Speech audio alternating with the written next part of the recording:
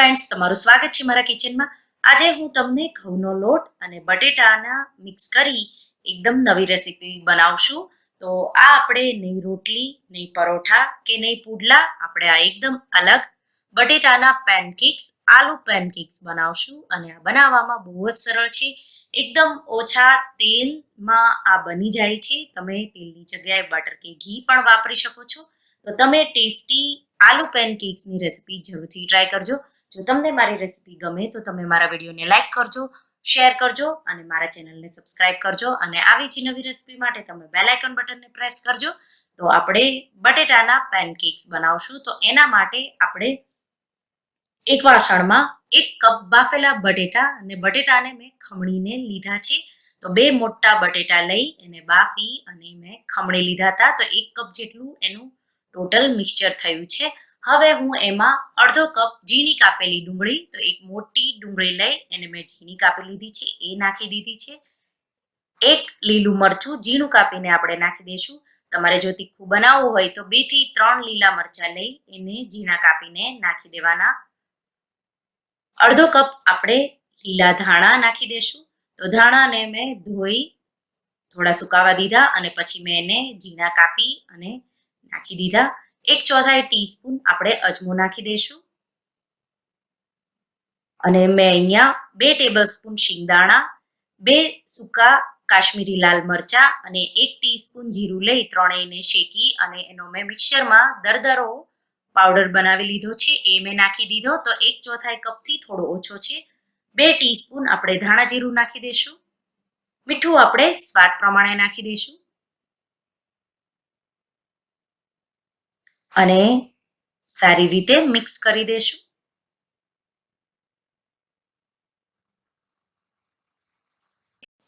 તો સારી રીતે મિક્સ થઈ જાય એટલે આપણે 1 ટીસ્પૂન ગરમ મસાલો, તો ગરમ મસાલો ઓપ્શનલ છે, તમારે નાખવો હોય તો નાખવાનો. અને હવે મેં 1 કપ રોટલીનો લોટ લીધો છે. થોડો થોડો લોટ નાખી અને આપણે સારી રીતે મિક્સ કરી દઈશું. તો આ મિક્સચર બહુ ઢીલું ન હોવું જોઈએ. જેમ આપણે રોટલીનો લોટ હોય એવું થાય ત્યાં સુધી આપણે લોટ નાખતા જવાનું અને આ રીતે બાઇન્ડિંગ આવે એમ લોટ બાંધી લેવાનો. તો તમે 1 કપ બટેટા લેશો બાફેલા, તો 1 કપ રોટલીનો લોટ નાખી દેવાનો.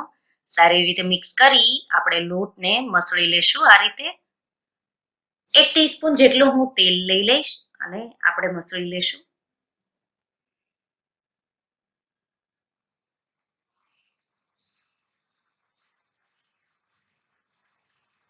તો મેં સારી રીતે મસળી અને લોટ આપણો રેડી થઈ ગયો છે.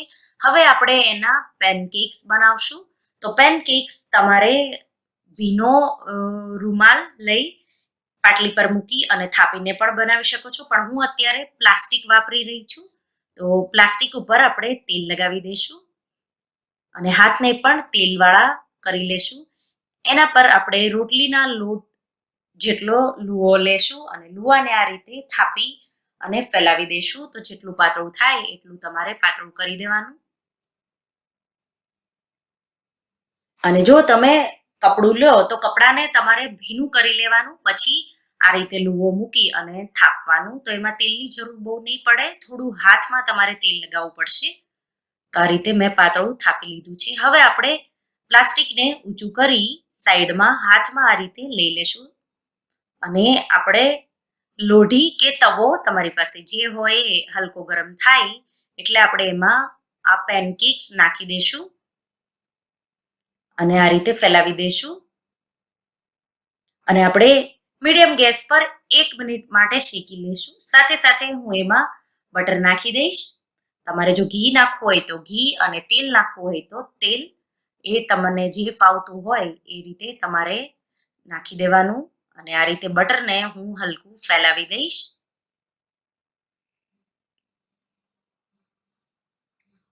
અને 1 મિનિટ જેવું થાય એટલે આપણે જે પેનકેક છે એ તવો જે પણ હોય એનાથી છૂટો પડી જશે અને આપણે એને ફેરવી લેશું.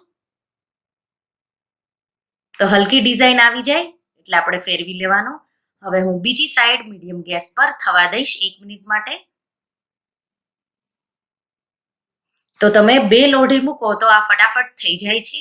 થાપવામાં આ બિલકુલ ઈઝી છે અને એકદમ સારી રીતે બની જાય છે.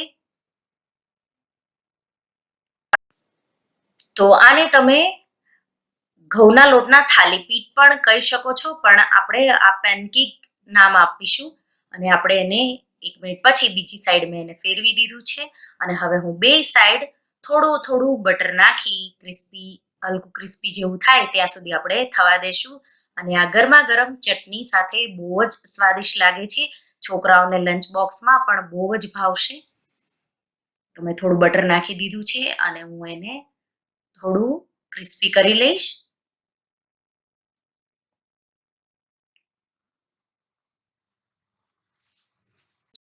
તો બે સાઈડથી મેં સારી રીતે ક્રિસ્પી કરી લીધો છે અને તમે જોઈ શકો છો એકદમ સારો કલર આવી ગયો છે. તો આ ગરમા ગરમ તમે સર્વ કરો ચા સાથે. આ બહુ જ ટેસ્ટી લાગે છે. તો તમે આ ટેસ્ટી આલુ પેનકેક્સ, બટેટાના પેનકેક્સ રેસીપી જરૂરથી ટ્રાય કરજો અને મને કમેન્ટમાં કહેજો કે તમને મારી આ એકદમ ટેસ્ટી અને નવી રેસીપી કેવી લાગી. Thank you for watching.